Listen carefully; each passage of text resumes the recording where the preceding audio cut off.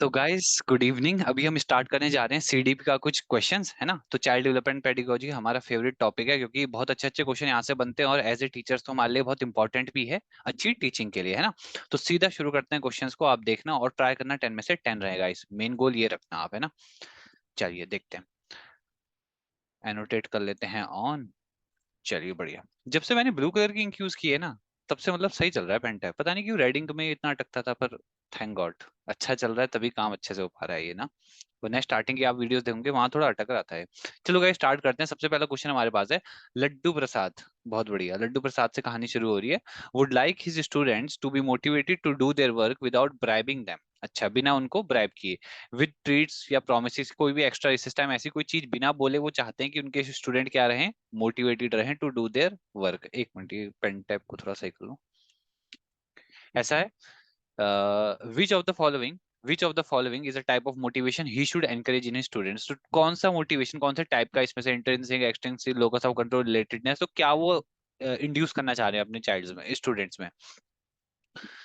तो गाइस सबसे पहली बात तो यहाँ पे क्या आ रही है, सबसे पहला पॉइंट जो हमको समझना है,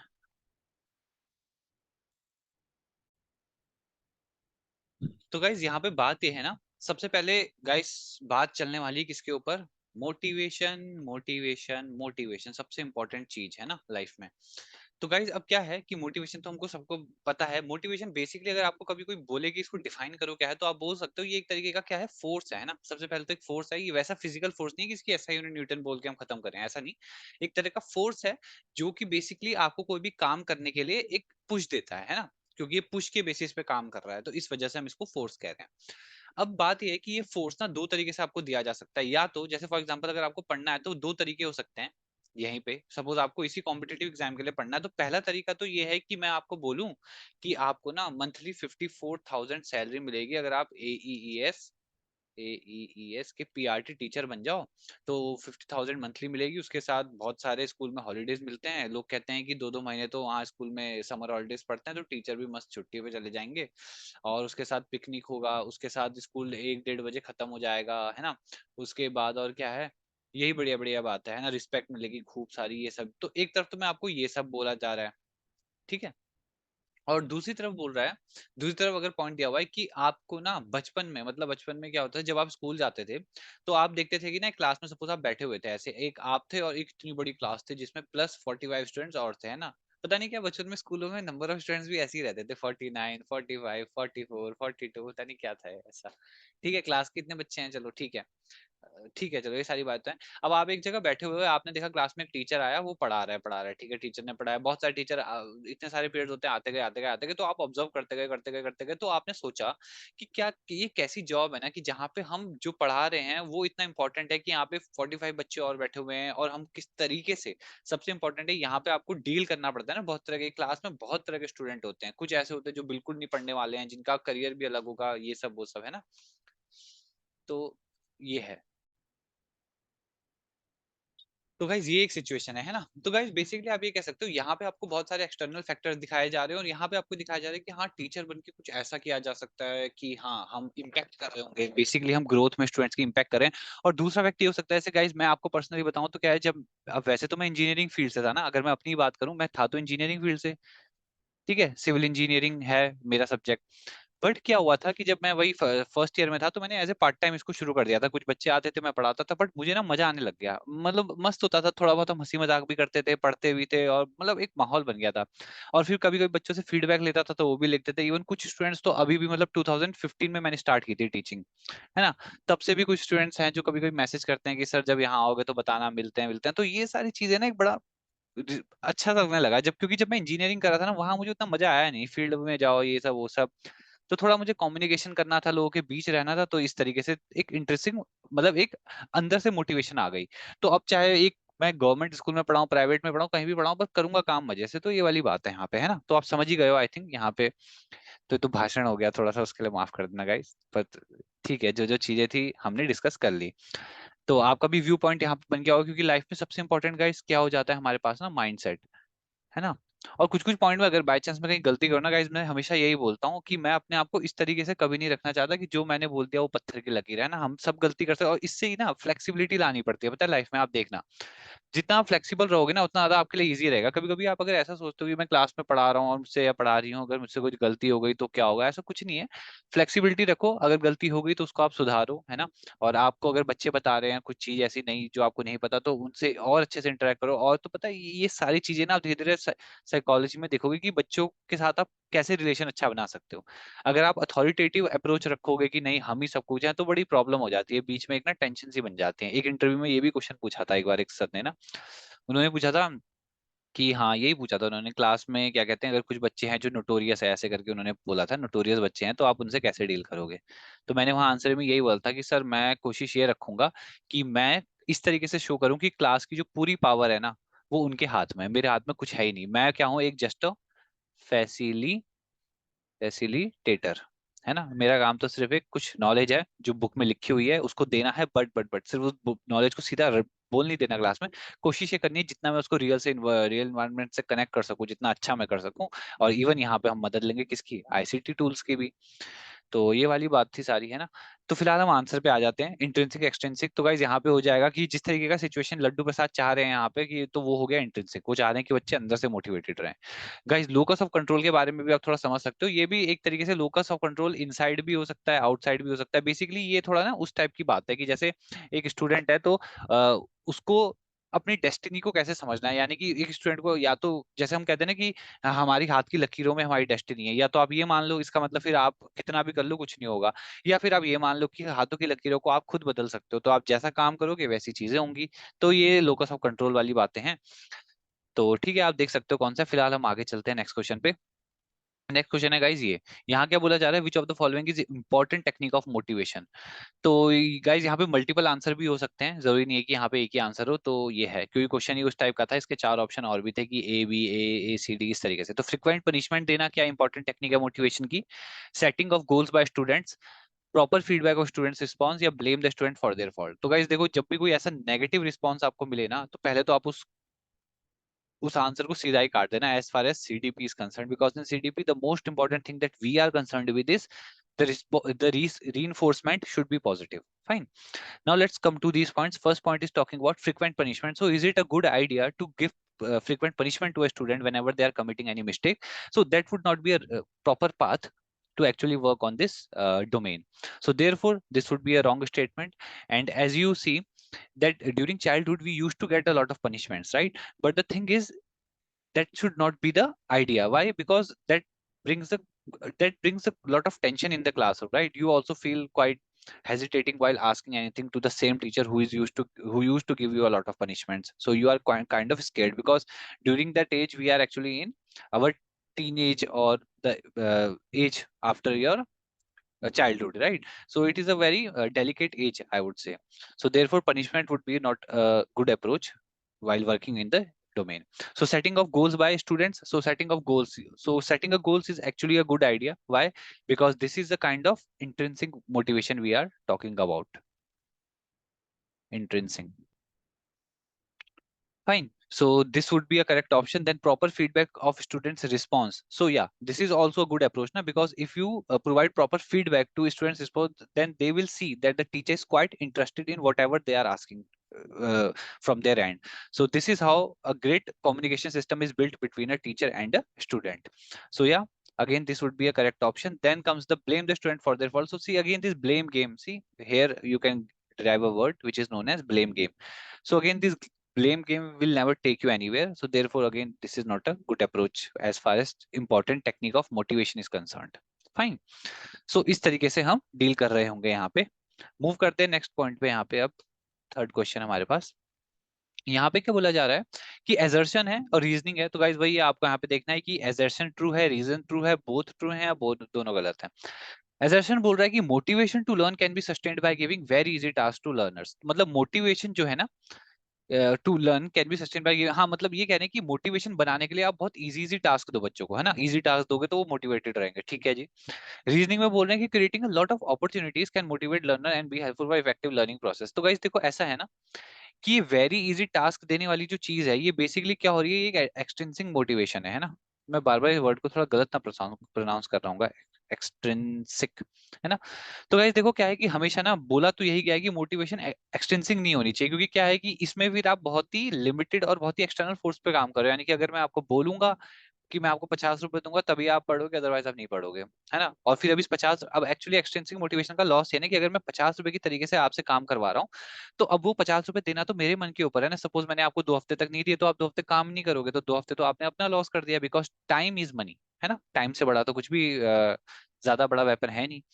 तो इसलिए एजम्पशन तो यहाँ पे ट्रू नहीं है। बट रीजनिंग की बात करें तो ये कुछ सही बात कह रहे हैं यहाँ पे कि creating a lot of opportunities can motivate learner and be helpful for effective learning process. तो ये वाली बात का इस फिर भी यहाँ पे सही हो जाएगी इस तरीके से। तो ये है करेक्ट ऑप्शन हम पे। ठीक है, मतलब ये ट्रू है, assertion is false, reason is true. Opportunities से क्या होगा गाइस, हम खुद से डील करेंगे ना फिर, कि हमको हमको मौके मिलेंगे कि अच्छा अभी जैसे फॉर एग्जांपल ये है, ये भी गाइस क्या है, AEES, AWES, सीटेट 2022, है ना। और प्लस कोई भी ऐसे NVS का अगर आप दे रहे हो, तो ये सारे एग्जाम्स क्या हैं बेसिकली, ये क्या है, अपॉर्चुनिटीज है। तो अब आपको अंदर से मोटिवेशन आएगा कि नहीं यार मैं कर लेता हूँ या कर लेती हूँ, हो जाएगी चीजें। तो वो वाली बातें हैं यहाँ पे, है ना। मूव करते हैं आगे। वैसे कॉम्पिटेटिव एग्जाम्स भी ना बहुत सेपरेट कर देते हैं एक तरीके से, है ना। जो भी स्टूडेंट्स एट द एंड जीत पा रहे हैं इसमें, वो वही है जो कि इंट्रिंसिकली मोटिवेटेड है ना। क्योंकि एक्सटेंसिव अगर मोटिवेशन होगी, तो सपोज घर वाले ने बोला कि तुम 5 घंटे पढ़ो डेली, हम तुम्हें at the end of the month iPhone ला के देते हैं।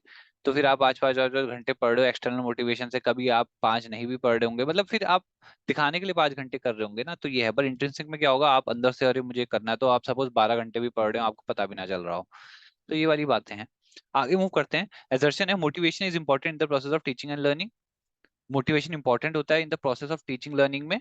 और मोटिवेशन या attraction toward a goal and clarified meaning. तो गाइस सही है, देखो एजर्शन सही तो कह रहा है, मोटिवेशन नहीं होगा तो कहाँ से टीचिंग लर्निंग गाइस। टीचर अगर सपोज मोटिवेट, सॉरी ये मैंने क्यों मार्क कर दिया, अगर टीचर मोटिवेटेड नहीं है तो फिर गाइस कुछ नहीं हो सकता, है ना। आप क्लास में आओगे, खाली लेक्चर देके बोर्ड में कुछ लिख के चले जाओगे, तो मोटिवेशन होगा नहीं, तो पढ़ाने में मजा आएगा ही नहीं। और वही लर्निंग के साथ भी अगर मोटिवेटेड नहीं हो तो कैसे सीखोगे गाइस। अगर सपोज यही टेस्ट को आप अभी दे रहे हो ना, और इसमें से अगर सपोज आप 10 स्टूडेंट्स देख रहे हो और इसमें से 5 स्टूडेंट्स ने इसको मोटिवेशन के साथ किया, तो आप सीखना चाहोगे, आप करोगे चीजों को खुद से, है ना। आप कोशिश करोगे कि 10 में से 10 आए। और अगर आप मोटिवेटेड नहीं है तो ठीक है, आप क्वेश्चंस देख लोगे, आप बोलोगे चलो ठीक है ठीक है, तो आप खुद ही समझ रहे हो, तो खैर इतना डिटेल में नहीं भी बताऊंगा, तो आप पॉइंट्स को समझ रहे हो। उसके बाद है motivation attraction towards the goal and clarified it's meaning. तो गाइस सही बात है, मोटिवेशन हो एक तरीके का क्या है, अट्रैक्शन है टुवर्ड्स द गोल, तो वही है, सही बात है। 10 में से 10 लाना हमारे का अट्रैक्शन ही तो है टुवर्ड्स द गोल। तो A and R both are true, and R is the correct explanation for A। अब मूव करते हैं यहाँ पे। How should teachers promote motivation to learn among the students. तो टीचर को कैसे प्रमोट करना चाहिए मोटिवेशन सीखने का अमंग द स्टूडेंट्स, कि यूज इंसेंटिव करें, इंसेंटिव का यूज करें सीखने के लिए, या स्टडी मटेरियल दें of the question that would come in test, make easy test, late the student make the test. अरे भाई ये वाला काफी फनी लग रहा है गाइस। मतलब मोटिवेट करने के लिए स्टूडेंट्स को बोलो कि तुम टेस्ट बना लो, जो भी टेस्ट बनाओगे बढ़िया सा मुझे दे देना, मंडे को बढ़िया करके उसमें से उसी में से लेते हैं। तो ये तो गलती हो गया। मेक इजी, आसान सा टेस्ट बनाओ, ज्यादा टफ मत बनाओ वरना दिक्कत हो जाएगी। ऐसा भी नहीं है भाई, टेस्ट का इजी डिफिकल्टी से भी नहीं रिलेशन होना चाहिए मोटिवेशन का। Give study material of the question that would कम, अच्छा पेपर ही बता दो पूरा कि ये क्वेश्चन आएंगे पढ़ के आना। ये भी कोई सही अप्रोच नहीं है। यूज इंसेंटिव टू लर्न, पहले तो ऑप्शन यही बचा, और दूसरी बात ये सही भी है। कैसे गाइस इसको इंसेंटिव को समझते हैं, अभी हम इसको थोड़ा क्लियर करते हैं। इंसेंटिव की कहानी गाइस बेसिकली है क्या ना,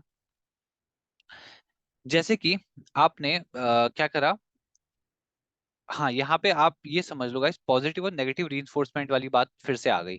जैसे फॉर एग्जांपल ना, कोई स्टूडेंट है ना, कोई स्टूडेंट है, वो पढ़ रहा है, अब मान लो कोई 9th 8th 7th 6th कोई क्लास चल रही है, आप देख रहे हो कि वो स्टूडेंट पढ़ता है, जैसे सपोज आप ABCD भी पढ़ा रहे हो ना, ABCD आपने पढ़ाया उस स्टूडेंट को, बिल्कुल बच्चों वाली क्लास की बात कर रहे हो, तो पर देख रहे हैं कि वो स्टूडेंट बहुत लगा रहता है ना, उसको नहीं भी आ रहा होता तो भी आपसे पूछता है आके कि कैसे होगा क्या होगा क्यों नहीं कैसे, बहुत क्वेश्चनिंग करता है। तो आप क्या कर सकते हो, उसको अप्रिशिएट कर सकते हो, है ना।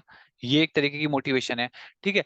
या फिर कोई पीटीएम मीटिंग में भी आप उसके उसके सामने स्टूडेंट के सामने उसके पेरेंट्स को ये बोल सकते हो कि स्टूडेंट मतलब ये अच्छी अच्छी क्वालिटीज है। क्या होता है ना, जैसे जैसे हम अप्रिसिएशन करें, एक्चुअली ये एक तरीके से ना गाइस जिसको बोला जाए ना, आर्ट ऑफ अप्रिसिएशन एक बहुत बड़ी चीज है एक्चुअल में, और टीचर्स को तो बहुत अच्छे से आना चाहिए, क्योंकि जैसे सपोज मैं आपको बताता हूँ, मेरी भी एक स्टूडेंट है ना गाइस, अभी क्लास 10th में है, तो मैं सिर्फ उसको फिजिक्स पढ़ाता हूँ, है ना। बट पता है मैं क्या करता हूँ, मतलब मुझे वैसे तो वो है एक ब्रिलियंट स्टूडेंट ही है क्लास में, ठीक है, कोई दिक्कत नहीं, अच्छा खासा स्कोर भी करती है, टॉपर्स की लिस्ट में ही रहती है हमेशा। बट क्या है कि जब भी मैं डील कर रहा होता हूँ उसके साथ, तो मैं यही उसे बताता हूँ, जहां जहाँ पे भी कोई अच्छा, जैसे कल हम वो कर रहे थे, कल की क्लास में बताता हूँ, कल हम कर रहे थे इलेक्ट्रिसिटी के न्यूमेरिकल्स, है ना, वो अपना जो 10th में है इलेक्ट्रिसिटी का चैप्टर, उसके न्यूमेरिकल्स कर रहे थे हम, तो पावर पे कर रहे थे, हीट पे कुछ क्वेश्चंस कर रहे थे, तो न्यूमेरिकल बुक में था, तो क्वेश्चन देख के वो न्यूमेरिकली सॉल्व कर रही थी, तो अच्छे से हो रहे थे, 3-4 क्वेश्चन डायरेक्टली उसने सॉल्व किए, ज्यादा टाइम भी नहीं लिया, कैलकुलेशन भी सही करी, आंसर भी सही निकाला, तो मैं साथ साथ में ऐसे वर्ड बोल रहा था, हल्ला करने की जरूरत नहीं, बट ऐसे बोल रहा था मैं कि एक्सीलेंट वर्क, ग्रेट, ऑसम। तो इन चीजों से क्या हो रहा है, एक तरीके से एक पॉजिटिव रीइंफोर्समेंट हो रहा है, और यही इंसेंटिव है जो उनको मोटिवेट करते हैं और अच्छा पढ़ने के लिए। और मैं आपको प्रूव भी कर सकता हूँ गाइस, कैसे ना, कि देखो मैं कैसे बता सकता हूँ कि वो मोटिवेट हो रही थी। देखो हो क्या रहा था, न्यूमेरिकल सॉल्व करने के बाद ना, फॉर न्यूमेरिकल सॉल्व करने के लिए लास्ट में जो न्यूमेरिकल वैल्यू थी, इवन आफ्टर, मतलब सॉल्व करते वक्त तो पूरा कॉपी में सॉल्व किया, उसके बाद आंसर देख के ना उसने बुक में देखा, तो उसके बाद उसने उस आंसर को ओरली बोला भी। आप ऐसे पकड़ सकते हो, बेसिकली हमारा काम एज ए डॉक्टर ही है, हमको पकड़ना है कि स्टूडेंट्स के माइंड में चल क्या रहा है। तो वो बोल रही थी आंसर की, सपोज आंसर 302.6 रुपीज ऐसे कुछ निकला, तो वो बोल रही थी पूरा नंबर 302.6, जबकि उसने आंसर देख लिया था बुक में, यही आ रखा है, तो वो ऐसे ही बोल सकती थी, हो गया हो गया। तो why they are actually answering it in this manner, because उनको भी लग रहा है कि हाँ हमने खुद से सॉल्व किया, सही किया, तो सर भी देखें तो उन्हें भी कैसा लगेगा, क्योंकि हर कोई एक दूसरे की साइकोलॉजी पे यहाँ खेल रहा है। तो वही वाला गेम है गाइस, सिंपल सी बात है। आगे चलते हैं, यूज इंसेंटिव। आप लोग भी कह रहे होंगे आज कुछ मैं ज्यादा ही भावनाओं में तो नहीं बह गया टेस्ट में। चलो गाइस, ठीक है, मजा आ रहा है पढ़ने में, इसलिए which of the below show that intrinsic motivation is better than extrinsic. कौन सा शो कर रहा है कि इंट्रिंसिक मोटिवेशन अच्छी है एज कम्पेयर टू एक्सट्रिंसिक से? Student want to participate in sport because it's fun and she enjoys it. Student did homework because he did not want to get scolded. Teacher in private school is taking more responsibility at work in order to receive a raise or promotion. Child is speaking correct English in order to। तो guys क्या हो रहा है ना, इन सब चीजों में, जैसे ये अवॉइड फाइन वाली जो सिचुएशन है, ये क्या एक्सट्रिंसिक मोटिवेशन है, मतलब अगर फाइन नहीं लग रहा होता तो शायद वो गलत भी बोल रहा होता, तो नहीं होगा। प्राइवेट स्कूल में टीचर ज्यादा रिस्पॉन्सिबिलिटी इसलिए देते हैं कि उनको प्रमोशन ज्यादा मिले, ये सब मिले, तो सारी एक्सट्रिंसिक चीजें हैं, नहीं। स्टूडेंट डिड होमवर्क बिकॉज वो डांट नहीं खाना चाहते, नहीं।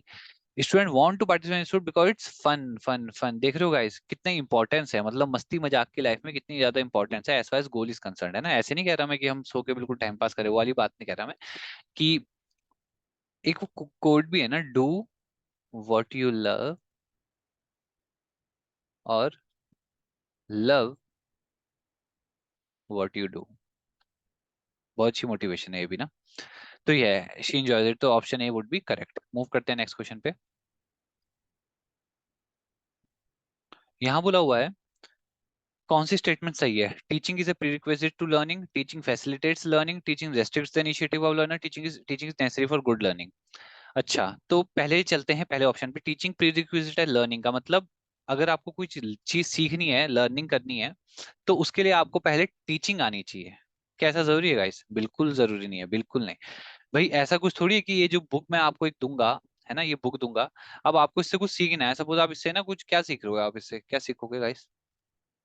सपोज आप कुछ फॉर्मुलेस के बारे में सीखना चाह रहे हो, मैथमेटिकल फॉर्मूलाज, आप ये देख रहे हो, बट क्या इसके लिए ये जरूरी है कि आपको पहले फॉर्मूला पढ़ाना आना चाहिए? ऐसा कुछ नहीं है ना गाइस, तो इसलिए जरूरी नहीं कि आपको पहले टीचिंग आनी चाहिए। जबकि इसका उल्टा ट्रू होगा कि learning is a prerequisite to teaching, learning is a prerequisite. यानी कि अगर आपको एक अच्छा टीचर बनना है तो उससे पहले आपको आना चाहिए। अगर हमको खुद ही नहीं आ रहा होगा चीज, तो हम कैसे अच्छे टीचर बन सकते हैं? तो इसलिए कॉन्स्टेंटली हमारे एफर्ट किस तरफ को जा रहे हैं? सीखने की तरफ को। तो इसलिए ये गलत है। टीचिंग फैसिलिटेट लर्निंग, हाँ, अगर कोई चीज को हमें सीखनी है तो टीचिंग से उसका फायदा ही होता है, मतलब टीचिंग से वो चीज इजी हो पाती है, तो ये ऑप्शन बिल्कुल सही है गाइस। सही है। जैसे फॉर एग्जांपल गाइस, अगर मुझे ड्राइविंग सीखनी है, ठीक है, मुझे ड्राइविंग सीखनी है, कार ड्राइविंग, जो कि मुझे एक्चुअल में सीखनी है ना, कल से स्टार्ट हो रही है क्लास, सुबह 7:30 पे है। तो क्या कहते हैं, अब अगर मैं सपोज कोई कार ले लूं, है ना, सपोज अभी तो कार नहीं है, बट सपोज कोई कार मैं ले लूं, और खुद से सुबह 4 बजे उठ के लगे रहूं कि इसको चलाना है, सीखना है, सीखना है, तो ठीक है, मैं वो प्रोसेस भी यूज कर सकता हूँ, कोई दिक्कत नहीं है। मैं यूट्यूब में वीडियोस देखूंगा, वीडियोस देखते हुए भी बेसिकली वो टीचर्स होते हैं जो सिखा रहे हैं, है ना। या जो एक तरीका है, बट दूसरा है कि मैं कोई हायर कर लूं, कोई जो टीचिंग स्कूल हो वहां से कोई आके इंस्ट्रक्टर कह रहा हूं, इंस्ट्रक्टर आके मुझे सिखाए, ये सब मेरे साथ में सब कुछ ऑब्जर्व करके मुझे गलतियां बताएं। तो गाइस बेसिकली फायदा क्या हो रहा है, लर्निंग में मेरे को टीचिंग से हेल्प मिल रही है ना, तो इसलिए ऑप्शन भी करेक्ट है। Teaching restrict the initiative of learner, तो क्या ऐसा होता है? बिल्कुल नहीं गाइस, इनिशिएटिव लर्नर का इनिशिएटिव थोड़ी ना इससे कम हो जाता है टीचिंग से, ऐसा कुछ नहीं है। Teaching is necessary for good learning, अच्छी लर्निंग के लिए टीचिंग बहुत जरूरी है। नहीं गाइस, मैं वही कह रहा हूँ ना कि आपको अगेन अगर आपको कोई सिखा नहीं रहा है तो इसका मतलब ये नहीं कि आप सबसे अच्छा सीख नहीं सकते हो, ऐसा कुछ भी नहीं है। आप खुद से भी चीज, किताब आप खरीदो उससे पढ़ डालो कि ड्राइविंग कैसे करते हैं, बिल्कुल अच्छे से पढ़ पढ़ के तो आप वहां से भी सीख सकते हो, ऐसा कुछ नहीं है। तो यही वाली बात है यहाँ पे। मूव करते हैं नेक्स्ट क्वेश्चन पे। यहाँ बोला हुआ है dash is an organized practice teaching that makes it possible to concentrate on specified teaching behaviour and to practice teaching under control condition. अच्छा, तो कंट्रोल कंडीशन में होना और टीचिंग बिहेवियर प्रैक्टिस करना और कंसंट्रेट करना स्पेसिफाइड टीचिंग बिहेवियर पे, ये किस में करते हैं? माइक्रो टीचिंग में, इंडिविजुअलिज्म में, इंडिविजुअलाइज टीचिंग में, कोऑपरेटिव इंक्वायरी बेस्ड। तो गाइस देखो यहाँ पे क्या है, सबसे पहली बात तो आपको ना गाइस ये समझनी पड़ेगी कि माइक्रो टीचिंग, पहले तो इंडिविजुअलाइज टीचिंग क्या होती है, वही गाइस सपोज आप प्राइवेटली एक स्टूडेंट को पढ़ा रहे हो, प्राइवेटली ना, 1-to-1 सेशन आप ले रहे हो, जैसे मैं उस स्टूडेंट को पढ़ाता ही हूँ ऑलरेडी, जो अभी है वो इंडिविजुअल क्लासेस ही है। या कोऑपरेटिव हो गई, कोऑपरेटिव में क्या होता है ना क्लास, जैसे एक टीचर तो क्लास में है और मल्टीपल टीचर्स है गाइस। कोऑपरेटिव का मतलब सपोज अगर आपको यूट्यूब में वीडियोस देख रहे हो कहाँ, जहाँ पे 2-3 टीचर हैं जो मिलकर के आपको कुछ चीज सिखाना चाह रहे हो, तो वो कोऑपरेटिव टीचिंग है। इंक्वायरी बेस्ड हो गई कि यानी कि बच्चों को कुछ कुछ डाउट्स है, सिर्फ आपने उनको डाउट्स का सॉल्यूशन दे दिया, हो गया। जैसे डाउट नट एक ऐप है ना, वहां पे क्या होता है कि डाउट्स का सॉल्यूशन है, तो वो इंक्वायरी बेस्ड हो गई। बट यहाँ पे माइक्रो टीचिंग क्या होती है, माइक्रो टीचिंग हो गया जो ना बेसिकली सपोज हम, जैसे मैं बात करूँ ना 2015 की जब मैंने स्टार्ट किया था, तो वो जो मैं कर रहा था ना वो माइक्रो टीचिंग थी। क्योंकि मैं क्या करता था, शाम को कॉलेज से आने के बाद 6 to 8 पढ़ाता था इवनिंग में। तो वहां पे कुछ कुछ बच्चे आते थे, जैसे 4 या 5 या 7 या 8, बस इतने बच्चे हैं ना, इससे ज्यादा तो थे नहीं, ऐसे भीड़ तो कुछ थी नहीं। तो इतने बच्चे हैं, तो मैं इनको पढ़ा रहा हूँ, तो गाइस क्या हो रहा है कि इन 5-6 बच्चों को पढ़ाते वक्त ना, मतलब एक मैंने छोटा सा मॉडल बना लिया। एक बड़ी क्लासरूम में 45-50 बच्चे होते हैं, पर एक छोटे से माइक्रो टीचिंग में 5-6 बच्चे हैं। तो मैं उनको जब पढ़ा रहा हूँ तो मैं एक डोमेन का वो देख रहा हूँ, जायजा कर रहा हूँ कि ये ग्राउंड है कैसा, यहाँ पे वर्क कैसे करते हैं, बच्चों से डील। और 2015 से लेके अभी तक बहुत कुछ सीखा, फिर बच्चों से कैसे डील करते हैं ना, स्टार्टिंग में हमको कुछ पता ही नहीं होता। ये है ना, तो इस साइकोलॉजी का गेम जो है धीरे धीरे करते करते करते करते सब क्लियर हो जाता है। तो गाइज वही यहाँ पे मेन बात है कि कंट्रोल सिचुएशन होती है, टीचिंग बिहेवियर पे हम प्रैक्टिस कर पाते हैं, तो इसलिए माइक्रो टीचिंग इसका ऑप्शन ए करेक्ट होगा। ठीक है, मूव करते हैं नेक्स्ट क्वेश्चन पे। यहाँ पे बोला गया है primary purpose of using teaching ads while teaching is, primary purpose क्या है टीचिंग एड्स का जब टीचिंग करते हैं, तो क्या टीचिंग एड्स तो आप समझ रहे हो ना गाइज, वो आईसीटी की जगह पे शायद मुझे टीचिंग एड्स बोलना चाहिए था ऊपर, बट कोई नहीं। टीचिंग एड्स का मतलब हो गया गाइस ऐसा, आपने मॉडल्स यूज करे, आपने पिक्चर्स यूज करी, या कोई आपने वीडियो यूज करी कुछ समझाने के लिए, वो वाली बातें हैं ना। तो मेक लेसन इंटरेस्टिंग, चलो ये बात तो सही है ही। Help student from direct connection between forms and meanings, have better relation with students, supplements teachers lack. देखो गाइस ये तो गलत हो गया, यहाँ पे बोला जा रहा है कि टीचर को कोई चीज आती नहीं है तो उसने क्लास में वीडियो चला दी और सिखा दिया, ऐसा कुछ नहीं है। टीचर्स को आती है, बट वो क्या ऐसी चीज है जिसके लिए टीचर वो मॉडल्स को यूज कर रहे हैं, वो समझना पड़ेगा। Have better relation with students, नहीं, ऐसा कोई रिलेशन बनाने के लिए भी कोई चीज नहीं हो रही है। But option B would be correct, क्यों? क्योंकि बोला जा रहा है help from direct connection with forms and meanings. Guys आप समझ रहे हो, सपोज मैंने आपको एटॉमिक मॉडल पढ़ाया, ठीक है, फर्स्ट टाइम में तो मैंने आपको पढ़ाया ये एक एटम है, ये इस तरीके से बॉन्डेड होता है, और ये बॉन्ड वॉन्ड समझाती, ठीक है, ओरली। बट नेक्स्ट क्लास में मैं एक्चुअल में कोई बॉल ला गया और इस तरीके का मॉडल, आप कभी देखना ना यूट्यूब में, आप वो सॉरी गूगल में देख सकते हो, एक्चुअल में ऐसे ऐसे बड़े बड़े मॉडल्स होते हैं। या इसको नहीं करके सिंपल बात करूं, मैं आपको बायो में स्केलेटन के बारे में पढ़ा रहा था, अगले दिन मैं पूरा स्केलेटन ही उठा के ले आ गया, है ना, आपने देखा होगा बायो लैब में। तो हम बेसिकली क्या कर रहे हैं, हम डायरेक्ट कनेक्शन बनाना चाह रहे हैं जो एक्चुअल में फॉर्म है और जो उनका मीनिंग हमने समझा है।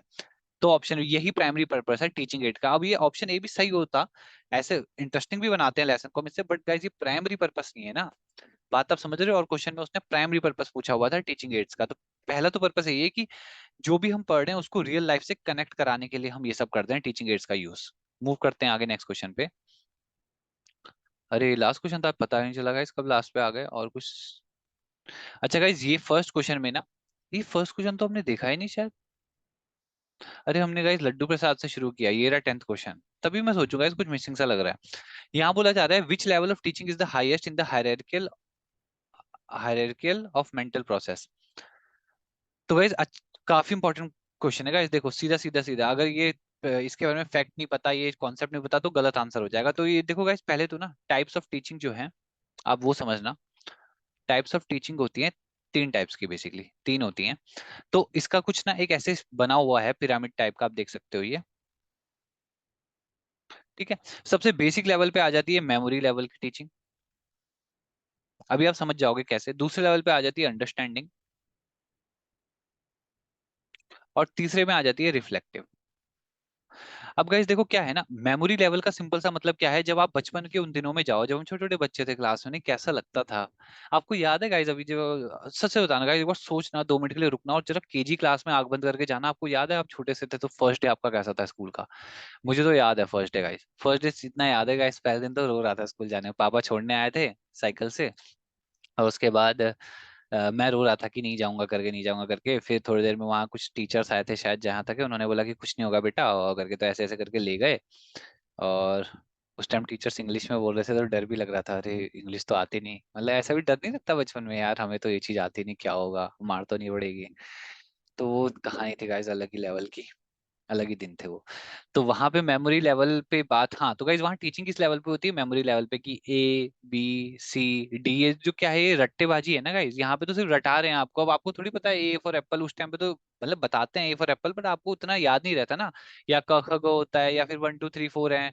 अब ये 1 2 3 4 है, आप बचपन में तो लर्न ही करते हो ना, बिल्कुल स्टार्टिंग के दिन याद करना गाइज, कि 1 के बाद 2 आता है, 3 आता है, लर्न करते हैं। बट बाद में जाके पता चलता है कि 1 के बाद 2 का मतलब हो गया 1+1, 2 के बाद 3 का मतलब हो गया 2+1। तो ये इस तरीके से फिर काउंटिंग का ये मतलब निकल के आता है ना, वो बहुत हायर क्लासेस में हमने सीखा है, फोर्थ थर्ड, मतलब उन क्लासेस में ना।